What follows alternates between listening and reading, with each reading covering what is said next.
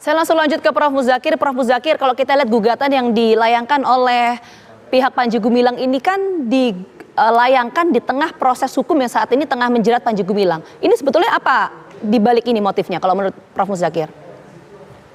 Ya, kalau kita lihat gugatan yang pertama, gugatan yang kedua, dan sekarang gugatan yang ketiga, ya saya melihat bahwa seorang penggugat ini ingin memperoleh kepastian hukum. Bahwa perkara yang sedang diperiksa ini konstruksinya apa gitu.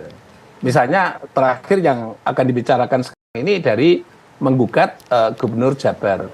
Dia membentuk tim dan sebagainya, tujuannya untuk apa. Dan sekarang follow up-nya apa setelah memperoleh proses itu. Jadi harus ada kejelasan. Ya. Saya kira itu haknya setiap orang ya, termasuk pemohon ini atau penggugat ini punya hak untuk itu memang karena ruang dari proses di kemarin itu dengan mengkopal hukum itu juga belum ada follow up-nya dan sekarang digeser menjadi kepada Pak Gubernur itu juga belum ada follow up-nya.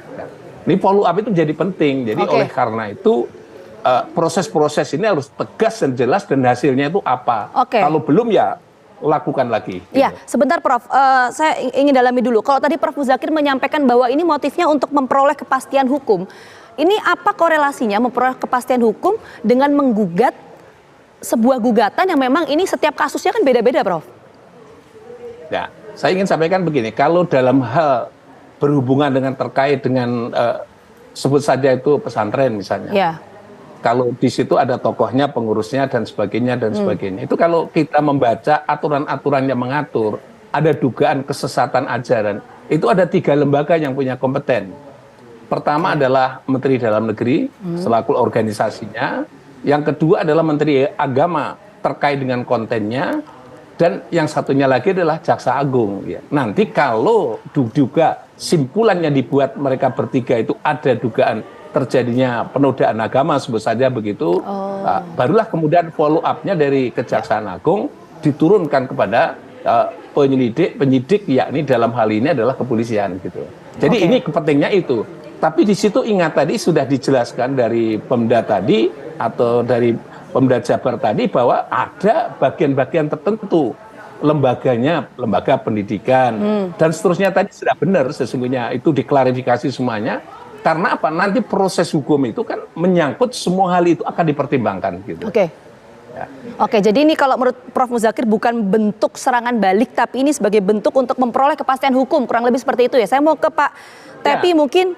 Terakhir Pak Tepi, Tepi juga melihat seperti itu nggak? Seperti apa yang disampaikan oleh Prof. Muzakir bahwa gugatan yang dilayangkan oleh Panji Gumilang ini sebagai upaya dari pihak Panji Gumilang untuk memperoleh kepastian hukum. Anda melihat seperti itu nggak?